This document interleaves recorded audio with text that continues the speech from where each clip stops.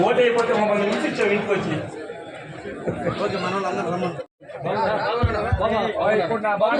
వచ్చాడు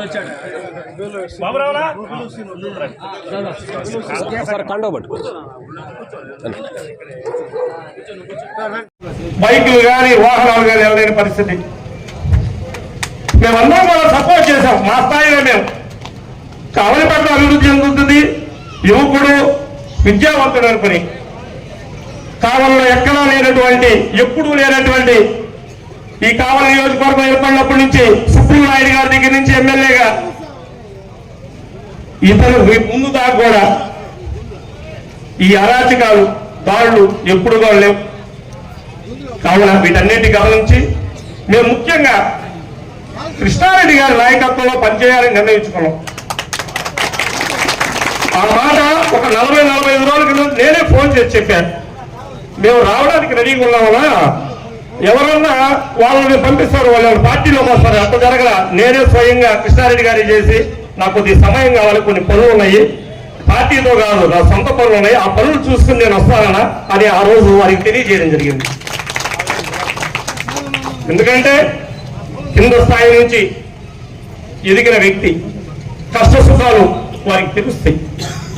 వారితోటి కావలి నియోజకవర్గానికి కావలి ప్రజలకు మేలు జరుగుతుందని మేము భావిస్తున్నాం. అందువల్లే ఈరోజు ఈ తెలుగుదేశం పార్టీ కండవా కప్పుకొని కృష్ణారెడ్డి గారి నాయకత్వంలో వారు ఏది చెబితే అది మాకు వేదవాగ్గా భావించి ముందుకెళ్లాలని ఈరోజు నిర్ణయించడం, దానికి మా మిత్రులు పెద్దలు తమ్ముళ్ళు అందరూ కూడా సహకరించడం చాలా ధన్యవాదాలు.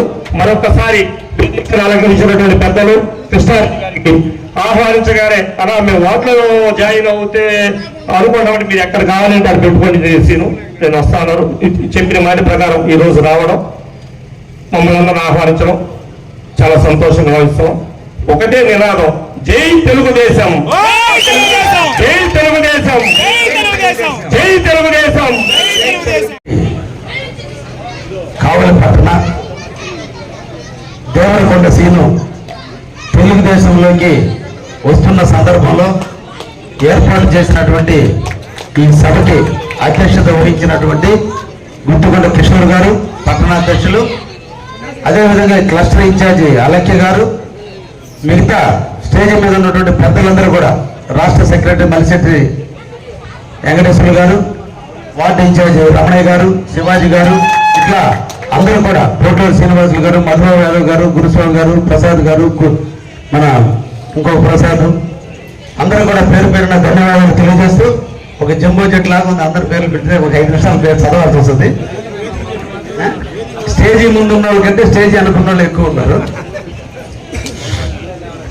అందరినీ కూడా స్వాగతం పలుకుతూ, రాష్ట్రంలో 54 రోజుల్లో ఇంక ఎలక్షన్ జరగబోతుంది.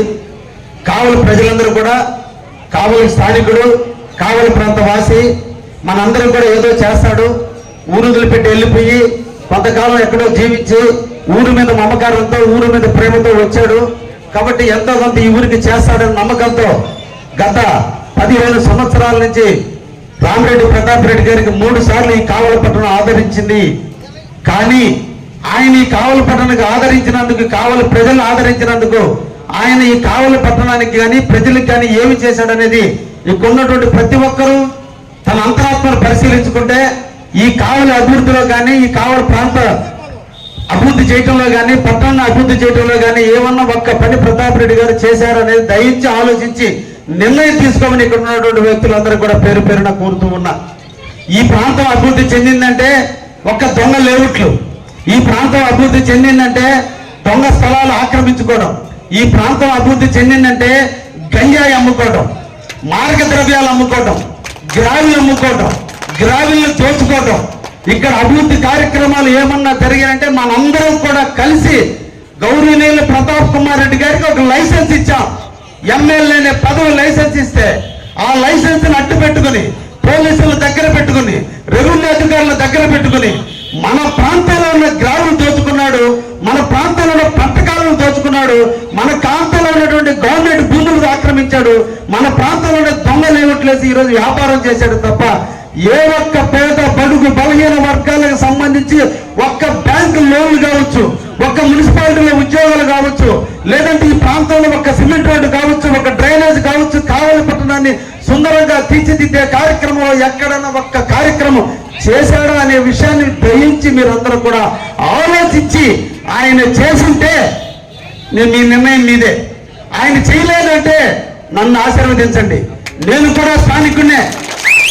ఆయనకు బెంగళూరులో ఇల్లు ఉంది, నాకు కావాలనే తప్ప ఇంకెక్కడ ఇల్లు లేవు.